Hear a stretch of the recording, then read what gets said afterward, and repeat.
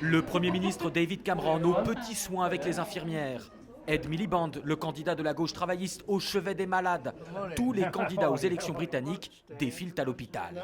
Car de tous les thèmes électoraux, immigration, emploi ou éducation, c'est le NHS, la Sécu, le système de santé publique britannique qui est, et de loin, le plus grand enjeu de la campagne 2015. Éric Chemla le comprend. Ce chirurgien français est venu s'installer au Royaume-Uni il y a 12 ans. Devenu citoyen britannique, il constate que la santé gratuite est le dernier rempart de l'État-providence. La Grande-Bretagne est un pays extrêmement libéral que vous pourriez comparer aux États-Unis. On pourrait dire que ça ressemble aux États-Unis en Europe, si vous voulez.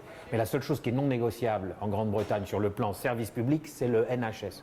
On a privatisé les trains, on a privatisé tout. On a privatisé le gaz, l'électricité. Mais le NHS, les 64 millions de Britanniques qui vivent dans le pays, ils sont très attachés. Donc ça, c'est énorme. Avec ses 1 700 000 agents, 5e employeur mondial derrière McDonald's ou encore l'armée chinoise, le NHS a été malmené ces dernières années. Éric Chemla lui-même a vu son salaire réduit de 15%.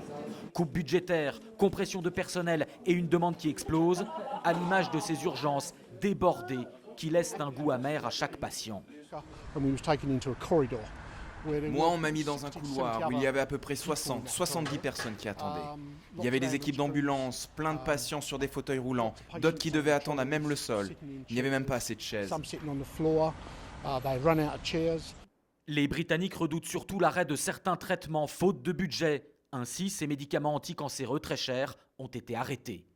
Peter Telford est avocat. Sa sœur est morte d'un cancer de l'intestin. Selon lui, un traitement existait, mais il a été écarté par le NHS car trop cher et trop incertain. Beaucoup de patients abandonnent, ils acceptent sans broncher ce qu'on leur dit. Des études montrent que 50% de médecins préféraient même ne pas dire à leurs patients que certains traitements existent. Dans le cas de ma sœur, on a dû faire les recherches nous-mêmes. Le cas le plus médiatique fut celui du petit Ashia King l'an dernier, atteint d'une tumeur au cerveau.